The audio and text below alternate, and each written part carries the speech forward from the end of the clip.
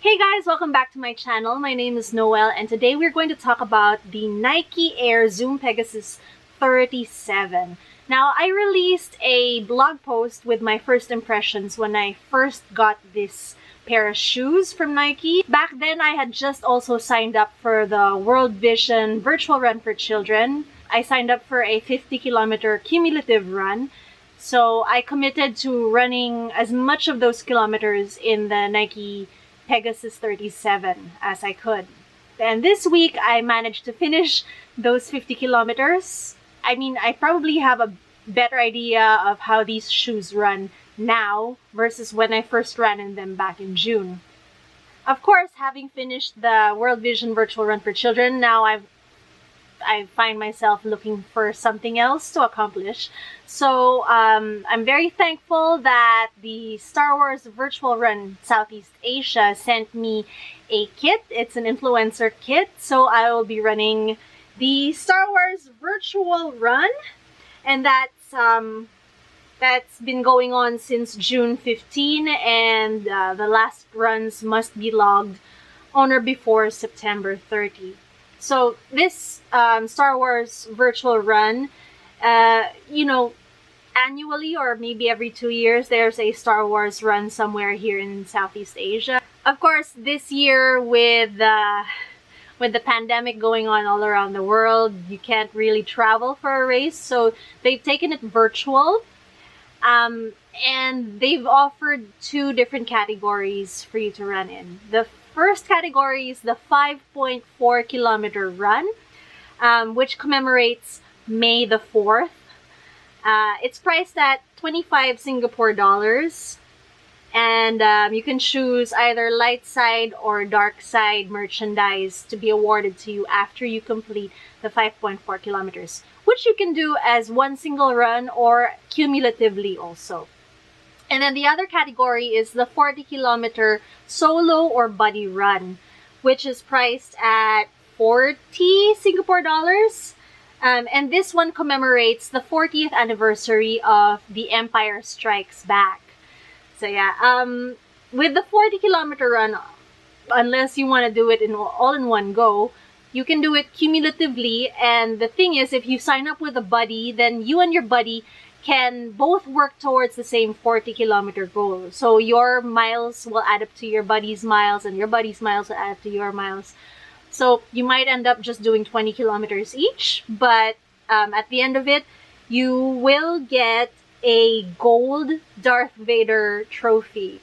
So yeah, it's a really interesting prize, especially for somebody who casually collects Star Wars memorabilia, such as me. Like, for instance, I do have my Yoda. Is he a young Yoda, I guess, from the Star Wars run that I joined a few years ago. And I also still have my light side medal from that same race. So you know which side I'm going to be on for the Star Wars Virtual Run. And funny thing is that more people are joining the dark side. I don't know why. Maybe because Darth Vader is cooler. But anyway, yeah, if you finish the 5.4 kilometer run, you can get either a silver BB-8 trophy or a silver First Order trophy. I will leave a link in the comments below, or you can just go to bit.ly/KikaiRunner for more information about the Star Wars Virtual Run. Okay, let's get down to business. Alright, so let's get down to talking about the Nike Air Pegasus 37 and my thoughts about this pair of shoes. I think the biggest draw to the Pegasus is that you can always rely on it as a daily trainer. It's going to be very comfortable. It's going to be even more comfortable as you build into those kilometers towards the back end of your run. So the main difference between the Pegasus 37 and the Pegasus 36 before it is that this time, instead of using Cushlon, which has been the foam in the Pegasus for so many years, this is the first instance where the Pegasus features a React midsole. Also, all Pegasuses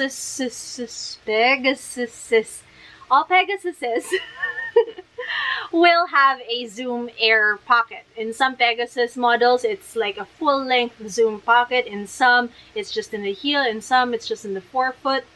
For the 37, they've put all the Zoom Air into the forefoot, just under the ball of your foot. And they've tuned this to have different PSIs based on gender preference, because when they polled their women runners, their testers, Nike found out that women on the average preferred a softer landing. They preferred a softer Zoom Air pocket versus the men. When I first stepped into these shoes, I did find that they were a little bit stiff across the entire toe towards the heel. It's just that they didn't feel like they had much give, especially when you do the toe off. They just felt very flat. But as I broke into these shoes, I just they started having a bit more give. And really this entire week where I was ending my test run of it, this is when I started to feel, I started to really get comfortable in the Pegasus 37 versus in the initial first few weeks of running in them, where I just felt they were kind of stiff and heavy. You might have seen in other reviews that the Pegasus 37 is heavier than its predecessors. I think it has to do with all that extra React foam. Although React is supposed to be, kind of lighter versus previous midsole foams that Nike uses. I'm gonna show you my old 35. Hello, with the Cushlon midsole. The size 8 of the 35 fit me because the upper had a lot of give. When Nike sent me the 37, they said I should get the 8.5. So this is a half size larger than the 35. So you're going to see it's a little bit longer. So you can see that they both have kind of similar grip with the blown rubber outsole. Kind of the same little flick of the heel. Basically the same shape of the toe box as well. What I'm feeling here right now is that the 37 is a little bit wider in the arch area versus the 35. So you're probably going to have a bit more stability side to side versus this one, which was a little narrow. And I did feel that this shoe was a little bit wider compared to this one, although that might be because of the size difference. I think if I had worn the 8 in this, it might have gone a little narrow for me. So the 37 is definitely more plush in cushioning versus the 35 when you're comparing how they felt right out of the box. Although I did notice that the 37 was a bit stiffer out of the box versus the 35. In any case, running in these for 50 kilometers really, I guess, broke them in, and now they're a lot more comfortable. I found that there was a bit more give in the upper, I guess, from the foot flexing inside it all the time. So my ankle and the top of my foot didn't feel strangled. Well, as strangled as they felt in that first week, where it really felt like the collar of this tongue was too high, and it kind of strangled the top of my ankle. As I ran in these, and as the laces also kind of started to have their own give, I just felt a bit more comfortable in the shoe. And I also noted that the heel kind of tended to slip out if I laced up too loosely, but then if I laced up too tightly, it was really strangling. As the upper started to have a bit more give, I was able to lace these shoes tight enough to keep my foot securely in them without the heel slipping out, but still feeling really comfortable through here. Also, during this period, I started to build up my mileage, and I clocked some of my longest runs during the quarantine period at this time. So I really did start to feel the benefit of the 37 the longer I ran, especially towards the back end of the runs when you're feeling a little jaded and maybe bored and just sick of it. And the cushioning and the feel of the 37 just made it feel like an old friend. It felt very reassuring underfoot.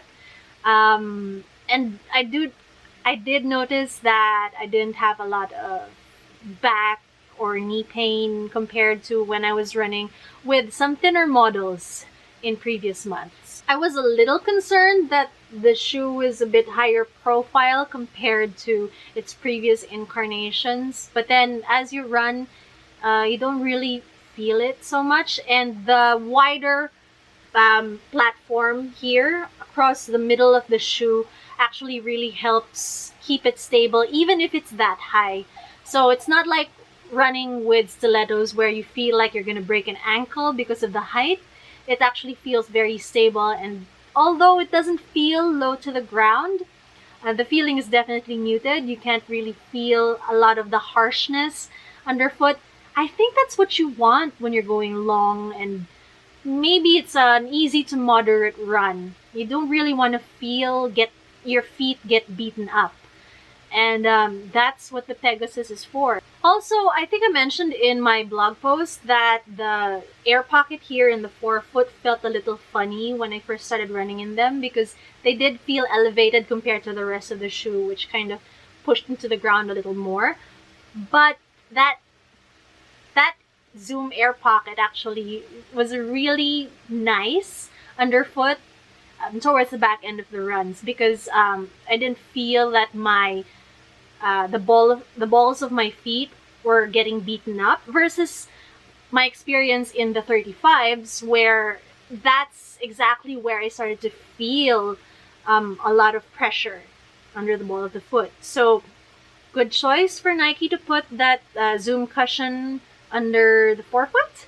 I really appreciated it. Now, I did a couple of comparison runs between the Pegasus 37 and the Nike Infinity React Run.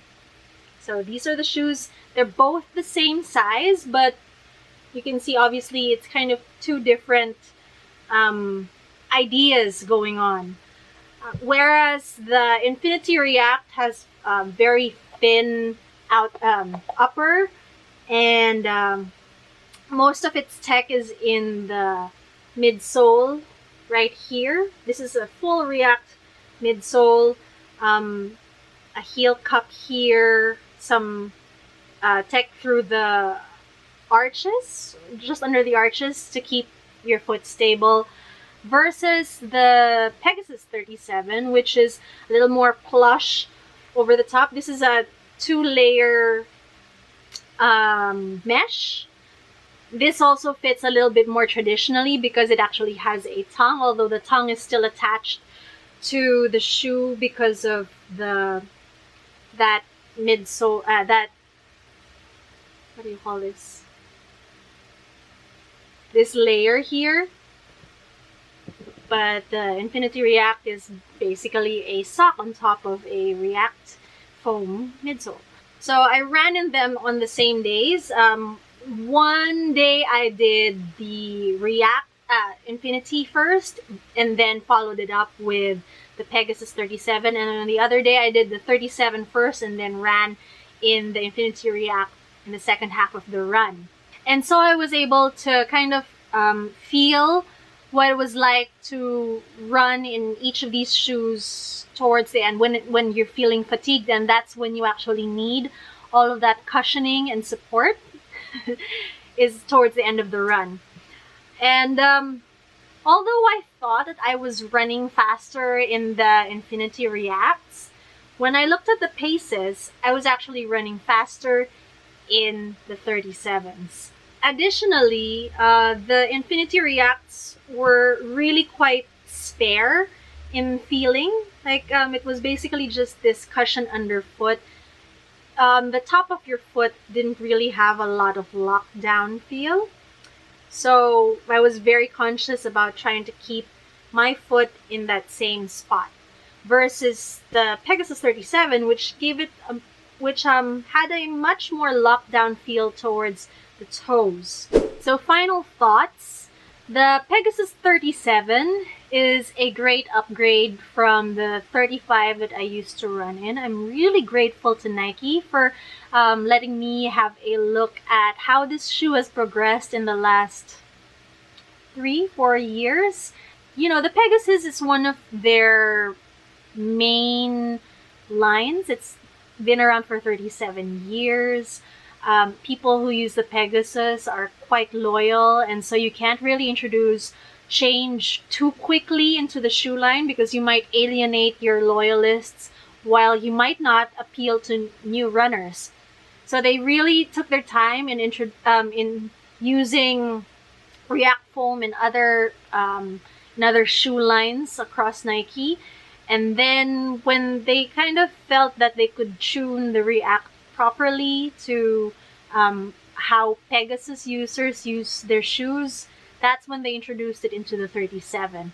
And really nice touch also with the tuning of the Zoom air cushion, because in the 35s you could barely feel it. I didn't feel the 36, so I can't really say for sure how different the 35s were from the 36. But between the 35 and the 37, you definitely feel that Zoom air cushion, that pocket. And it's not a bad thing to feel it, because it just gives you that feeling of comfort and airiness and springiness, especially towards the end of a long run. So if you're trying to push the mileage, that 10% additional every week, the Pegasus is the shoe that you might want to reach for. I could definitely see myself running a 21K in these sometime in the future when I don't have to run my little hamster loop here around the condo. As I run in this more, it's really going to grow on me. It's going to become even more comfortable than it already is. And from the looks of things, it doesn't show a lot of the wear and tear that the 35s did at this point when I hit 50 kilometers with those 35s. So thanks so much for watching. If you found this informative, please do give me a thumbs up. And if you haven't yet, please subscribe. If you've used the Pegasus 37 already, and I know some of you have had them for a while because, you know, you buy shoes overseas and have them sent to the Philippines, then please let me know in the comments what you think of this shoe. I know that shoe preference is highly individual, so what might feel good for one person might be something that another person really dislikes. So just share your experience in the comments box below. And I will see you again next time.